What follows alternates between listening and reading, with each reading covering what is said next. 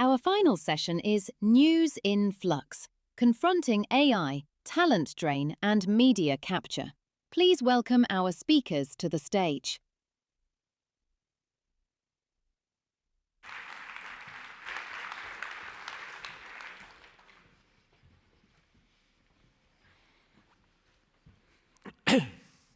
Hi, good afternoon, everyone, and congratulations for making it to the last panel of the day, which I'm sure you found an inspiring, a thought-provoking day, but full of challenges.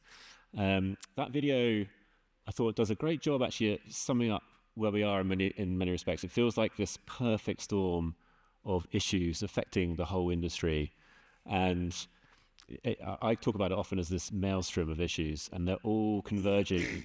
The confluence is all on us all at the same time. So from every different direction of ever-increasing severity. And I think the question we want to address through this panel is not how we address just one of these and navigate one of these challenges, but actually how do we keep our head above the water and hopefully potentially thrive whilst these things are hitting us from every angle all at the same time. And to help us find some of those answers, I'm delighted to be joined by an incredible lineup of newsroom leaders from around the world who are facing and living these challenges every day. And they are, from my left, Styli, Charalambous, the CEO and co-founder of the daily Maverick in South Africa, Siddharth, Varadarajan, the founding editor of The Wire, we're joined by David Walmsley, the editor-in-chief of the Globe and Mail in Canada, and David McCraw, the senior vice president and deputy general counsel of the New York Times company. I should actually I want to acknowledge at this point that this is an unusually all-male panel for a press conference. We did have additional voices due to attend who would better represent the growing number of women leaders in the news sector from around the world, but unfortunately, unforeseen circumstances meant that wasn't possible. So I'm afraid you're stuck with us. I'm hugely grateful to the expertise and the experience on the stage, and I know this conversation will meet the moment that we're facing. There's tons to cover. We'll be jumping between lots of different topics, hoping to do justice to all of them, connecting the dots. We are going to open up for Q&A, so you have a chance to ask some questions, so please get those in, and I hope to give those enough time as well.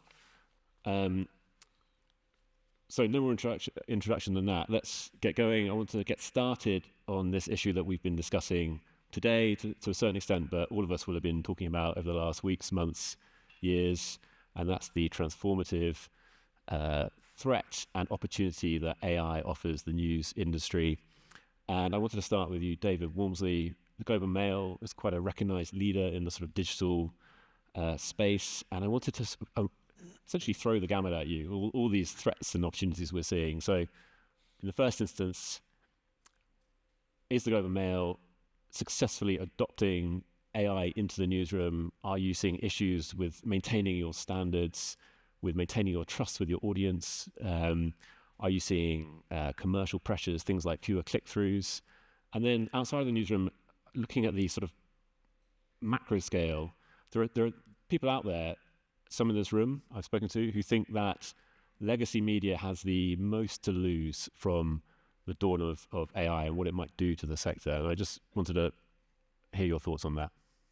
Yeah, thank you. Thank you to the organizers for inviting me. It's my first time at the Trust Conference, and it's a very impressive lineup.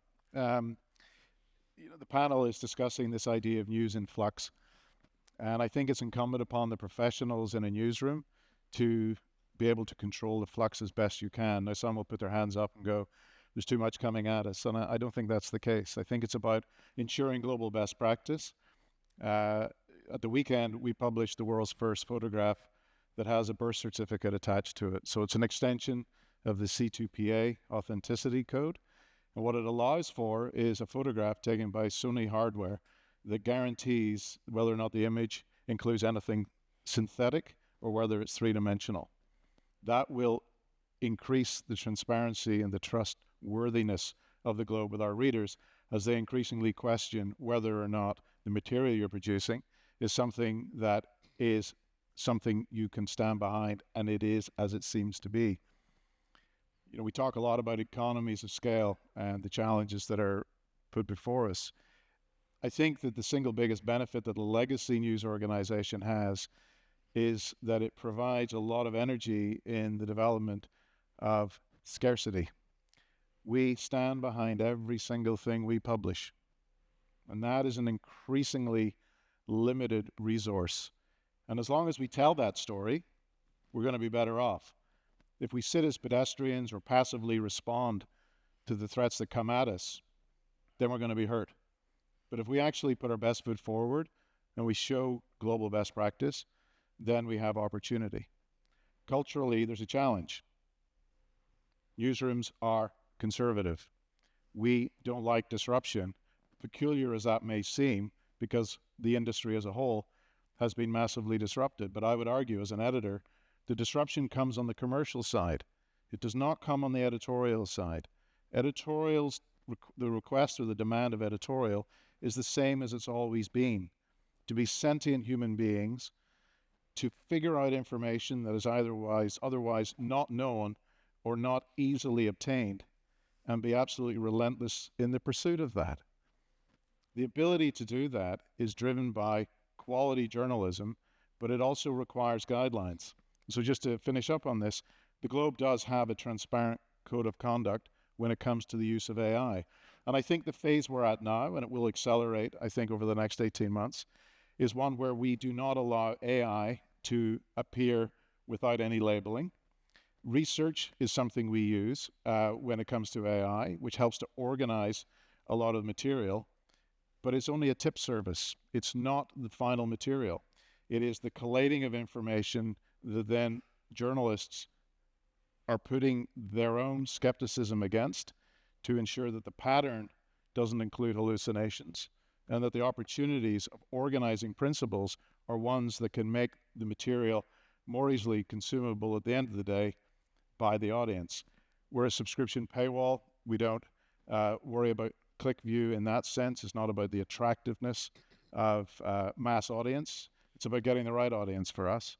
And that is about being able to stand behind everything and using AI where it makes sense. You know, in the past, the photography that we used, we wouldn't have allowed photo illustrations. Photo illos are now used across the board. I can easily see a day where AI is being used in travel pieces and in art pieces. We're not there yet.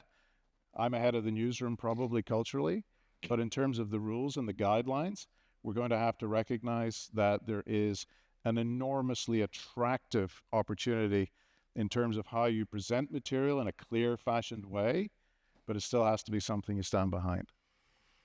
Sorry, so there's tons to dive into there, and actually something that we're looking into is how do we tell our story better, the media literacy piece, and that's a really interesting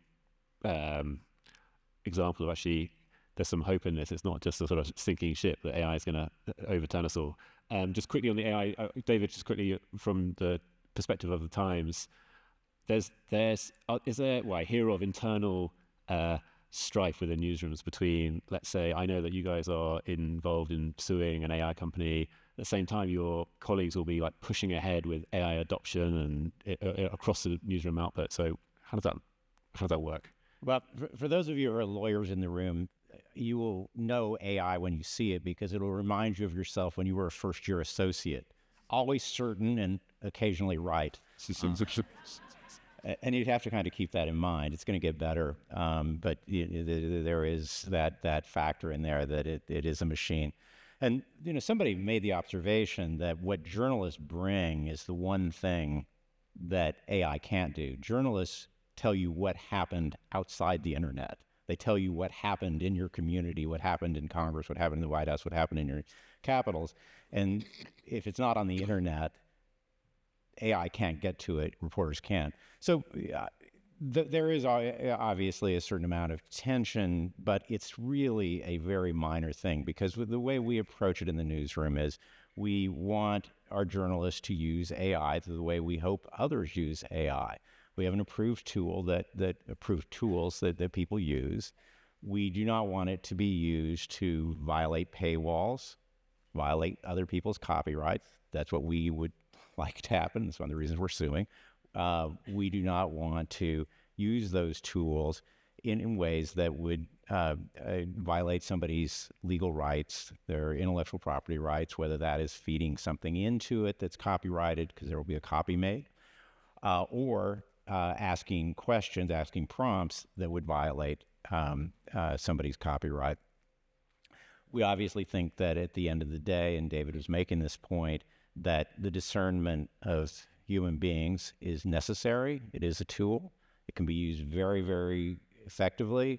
People in our newsroom are using it very effectively in terms of research, in terms of thinking about how to frame stories, all of that kind of stuff.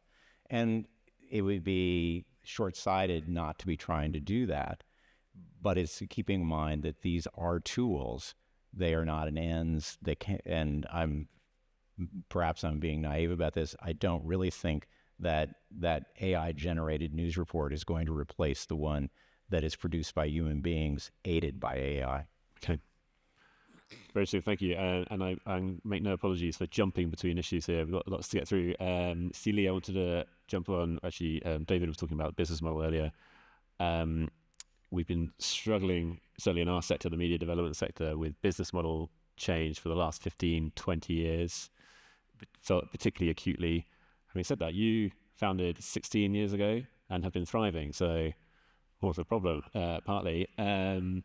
But also, why can't others replicate your success? And I know you've got some thoughts on the kind of what's needed and the sort of wider policy environment for that. Yeah, thriving is a generous assessment of what's happened. I think for a long time we used the word survivings because honestly, for the first 10 years, it was really about how do we just stay alive and stay alive in a way that doesn't compromise the editorial vision of what we're trying to achieve, and to do the kind of public interest journalism that we want to.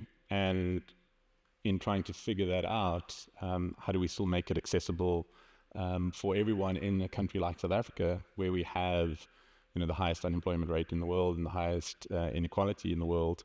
How do we make our work still accessible to everyone, regardless of their ability to pay, which made it even more difficult to figure that out. So it took us about a decade.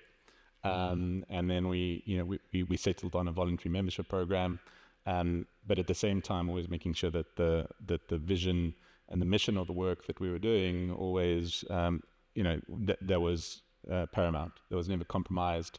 And we figured out that we needed the full spectrum of funding avenues available to us. So, we stitched together a hybrid organization with a non-profit element to access philanthropy and grant funding.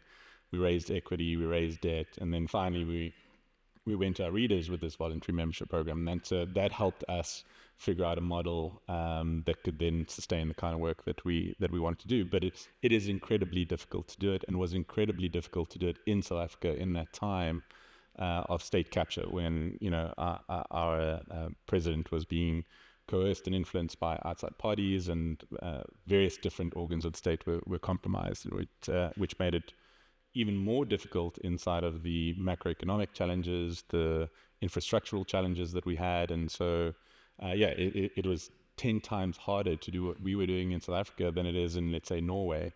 And so the market context is very important when you think about what business models, what revenues are available to you in responding to the context of where you operate, what is available, what laws, what policies, what pressures are impacting those choices. So what are you proposing here? Yeah, so I mean, if we look at it, how does one respond? How does one influence the market context in which you operate? If we look at the technical term of what journalism is experiencing, economists will call it a market failure, where there's still value being created by this product or service that is going out into the world, but the market, the economics no longer can sustain the production of that good or service. And so the only way that we can rectify or restore a market failure is through a policy intervention, right? We've seen this happen with the global financial crisis. We've seen this happen with textile industry or farming, for example, where subsidies and policy interventions are necessary. So, and I recognize, of course, there's only maybe a dozen or so countries in the world where the political will exists for this to happen, but we need to take that opportunity now to be proactive, to introduce a policy framework that is broad enough, that addresses all the different drivers of sustainability, and that incentivizes the different counterparties to change behavior to now support journalism with that framework. Because we've seen when the Foreign Agent Acts come in, and we've seen when bad actors come into power, the first thing they do is they use policy to try and shut down independent journalism. So while we have that opportunity, we should be actively looking to create or introduce a policy framework that can support independent journalism. And just to be clear, for this policy framework to work, do you need the buy-in of all the stakeholders, including government stakeholders, through the sector itself? Yeah, absolutely. And I mean, it's a legislative policy intervention, so that is necessary. But what we've seen from past policy frameworks or subsidies that existed, they've either been too narrow and too focused, or now outdated, or incentivize, or have unintended consequences of, only legacy operators benefiting from it, and not, the newer organizations or newspapers over digital, for example. So we need a whole new, fresh rethink of that, and that's something that we in South Africa have been working on for the last couple of years, and we're hoping that we can now get that over the line and to be the first country that adopts these broad measures. But even if we don't, as a country, hopefully it'll inspire other countries to look at this menu of 19 recommendations and go, okay, we'll have 15 of those. They work here. Let's go with that. I'd love to pick your brain some more on that, but I think it's just to keep the conversation going, because Siddharth, I think you have lived an experience where you're operating where the policy environment, if I can call it the environment in general, it has acted against you quite often. We know that journalism only works if we have the freedom to operate, and you've been facing, we're all facing backsliding democracies. India's often cited as one in particular. Catherine talked about it earlier. I'd love to understand the pressures and the challenges you faced, how you address them, and maybe give us an insight on how we're all possibly going to have to walk this tightrope moving forward. So I think what we have seen in India over the last 10 years, and I would say in particular, things have gotten pretty nasty over the last 5 or 6, is sort of a gradual escalation in the offensive against independent journalism. The garden variety form of harassment, which are slap suits, trying to tie reporters and media platforms down in all kinds of frivolous litigation, has taken a more sinister turn over the last 4 or 5 years, where basically with the encouragement of the Modi government, you have the police in different states showing a greater tendency to file criminal cases against journalists, against reporters, editors, and platforms for stories.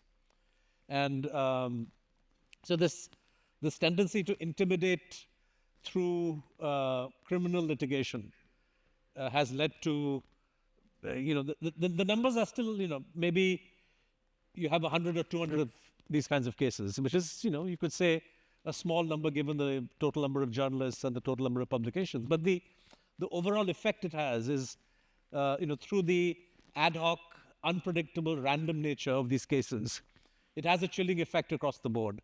So if you're a freelance reporter, you are not sure whether a story you do, which embarrasses the local administration, would lead to a criminal case being filed against you.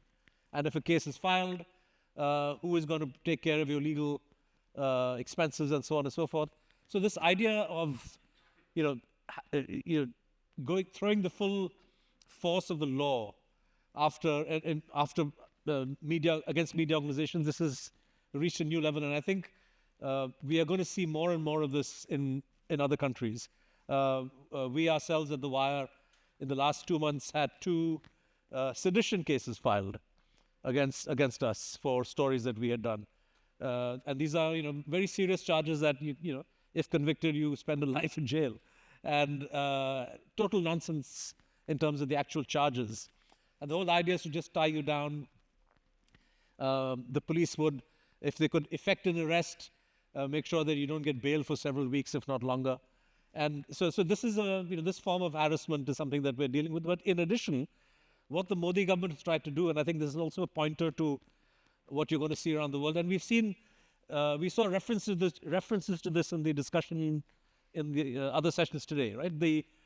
Trying to introduce new rules and regulations under the guise of fighting fake news, under the guise of having responsible AI, creating laws that essentially could be weaponized against independent media. Yeah. In India, we've also seen an attempt by the Modi government to turn the right to privacy into a tool to deny. In other words, we have something called the Digital Personal Property Protection Act, which is meant to counter the Right to Information Act.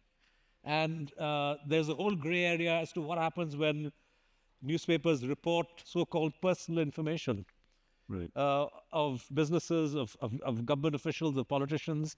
Would you be violating the Privacy Act by doing so? So this weaponizing of the law, making it in regulatory terms more and more difficult for independent media to do their job, is something that we are looking at as a serious problem. And I think around the world, in the US, every country where the press is under pressure, I think this is the area where you're going to find yourself being pushed into. Very so. And just very quickly, I just wanted to pick up on India is from the outside seen as it's got a thriving from the outside media sector, news sector. Is that a mirage, or is it, what's happening here? And do you see solidarity from your colleagues for the problems you're talking about? You were pinged under the IT Act, I think. So No, that's a great question. I think we have maybe 200 24-hour news channels in India in different languages. There are more than 700 or 800 daily newspapers. But unfortunately, the quantity does not translate into quality. There's no variety. Virtually all of the news TV channels have been captured by the government, so you don't get any kind of critical, independent content. all 200. All of them. Newspapers tend to pull their punches with one or two honorable exceptions. It's the digital media that is more lively, more vibrant, and which is today bearing the brunt of a lot of the targeting by the Modi government. So on paper, you have 200 channels, you have 800 papers. That looks like a picture of health, and many of them are making money. So financially, given the size of the country, the size of the population, this outward picture is true. But in reality, the media environment in India is very, very barren. Yeah.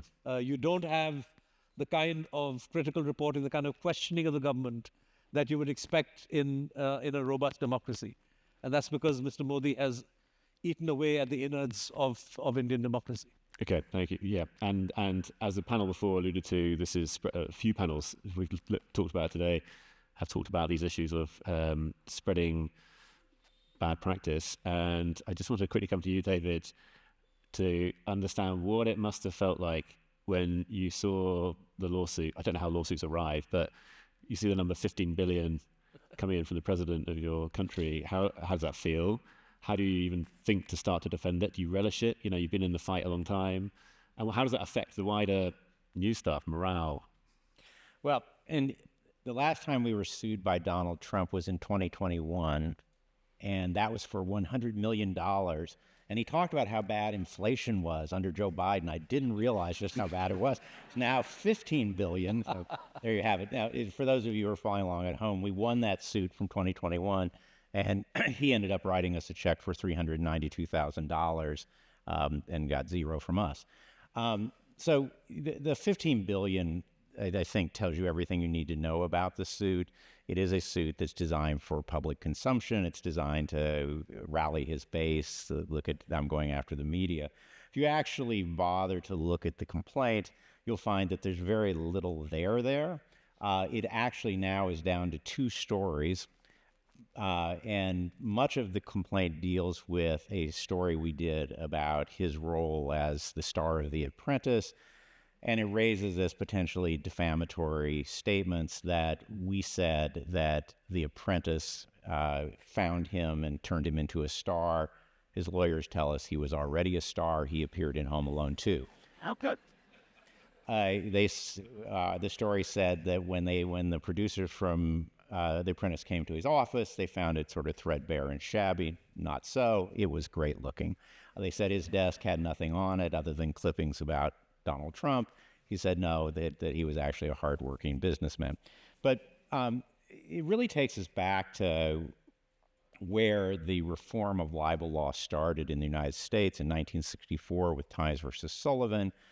Those of you familiar with that will recall that L.B. Sullivan was a racist local office holder in the South, Montgomery, Alabama, and he sued because he did not like what the Northern press was saying about what was going on in Alabama and elsewhere, the oppression of rights for African-American citizens, denial of voting rights, Jim Crow laws, and all the rest. And what the Supreme Court said was, we're going to set up a series of rules that prevent libel from being used to silence. Libel should be about somebody's reputation is hurt by an intentionally false statement, and the courts will help remedy that. They should not be used as a way to inflict financial penalties, costs, legal costs on publishers who are telling the truth and reporting out what's going on in the government and later in public life. We're sad to see, it's disappointing to see that the president feels that we're going to have to relearn that lesson, trying to use libel again to silence. We are ready to proceed. We will proceed to defend this case. And I think one of the things that's telling here is the reason so many people who support the president criticize the courts, which has been just a drumbeat of attacks on the courts over the last 7 months, is that the courts are not like social media. There is an independent decider. There is fact-checking. There is evidence that has to be presented. It's not like social media. And we feel very comfortable that the courts will see that this case does not have merit. The last thing I would, just to respond to the question about for our journalists, I spend a lot of time in our newsroom, spend a lot of time with our people in Washington, and I think it's safe to say that the lawsuit has not had an effect on how they do their job. There's two reasons for that. One is people became journalists to cover big stories like the Trump administration. That's why you became a journalist.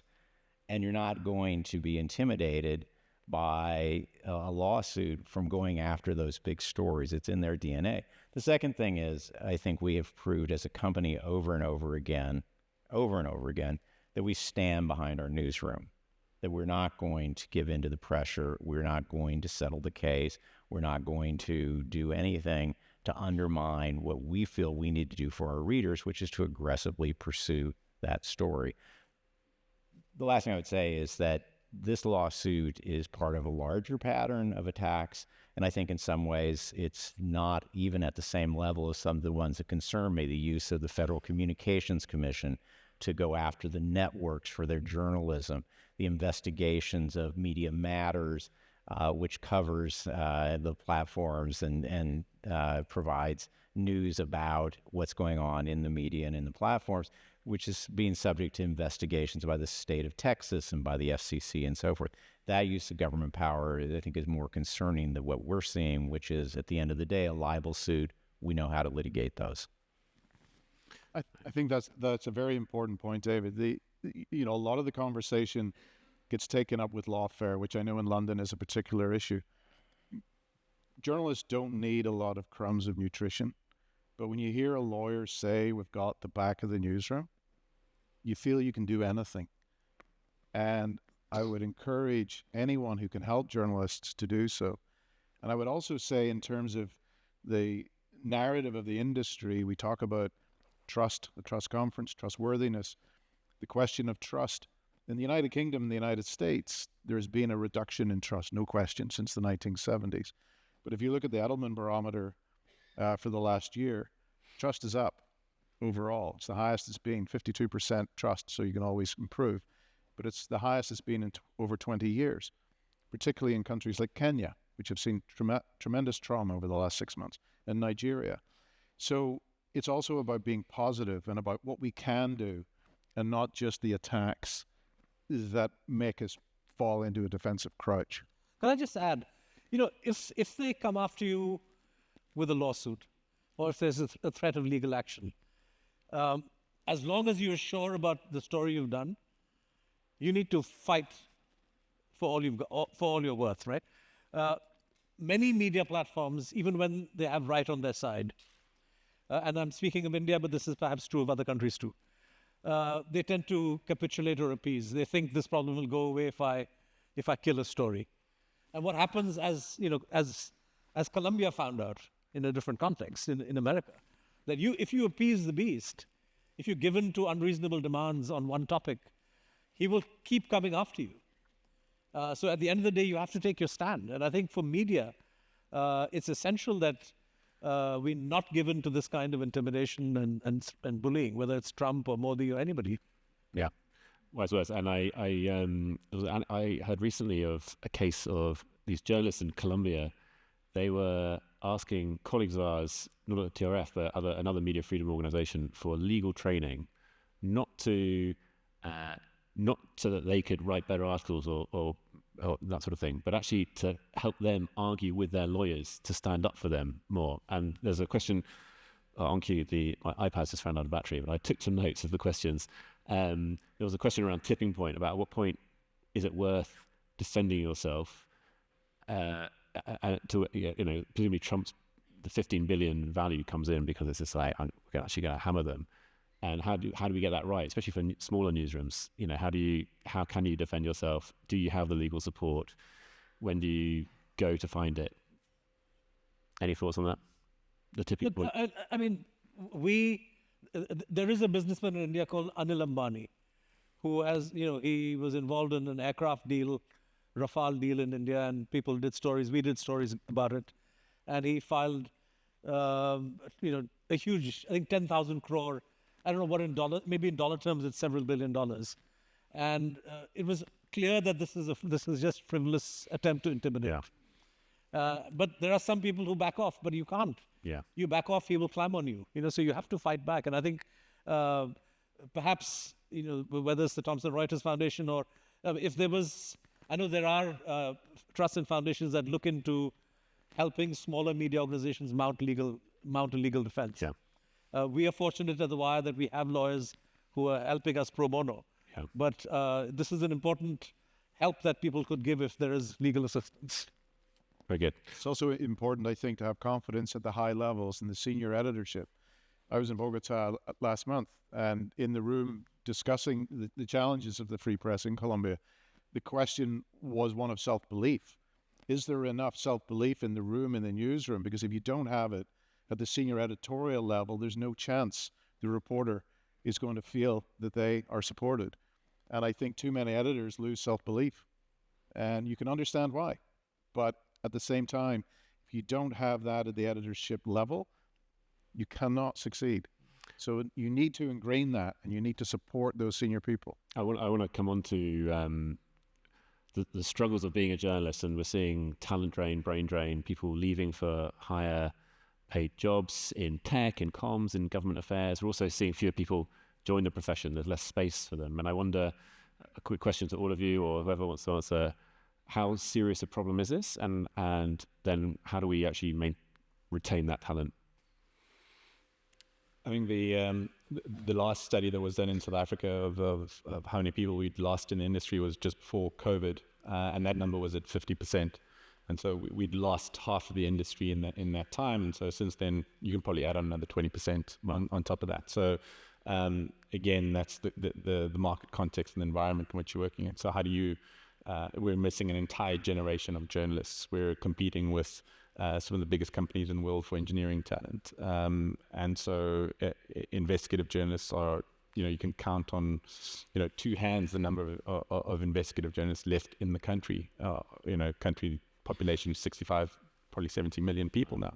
So you can't fix that by individual organizations doing an amazing job. Yes, you can maybe fix that for your own little space, but if we're looking at industry-wide correction of that, it comes back to policy. And to speak to the frivolous lawsuits, right? That's where anti-slap legislation needs to be part of the policy framework that we're talking about. So that's where these interventions are necessary, both on the sustainability front, combating mis and disinformation, driving the different levers of sustainability, but also preventing the abuse of the legal system through slap suits. Is there something also about telling the story of the media better? I often ask this question about who would be a journalist now. I have ideas, but you're up against it from the legal perspective, from in many countries very low salaries, lack of trust, social standing, political attacks. Who'd be a journalist? You would. I would. The thing I recognized quite late in my career was just how special journalists are. I thought everyone thought that getting up in the morning and filling a blank page was the best thing you could do. But it turns out very few people want to do that. And when I look today at the talent pipe, when I look at the Gen Zs, they have a profound resilience that I think perhaps was missing. They don't have a work-life balance. They have a determination to get noticed and be committed.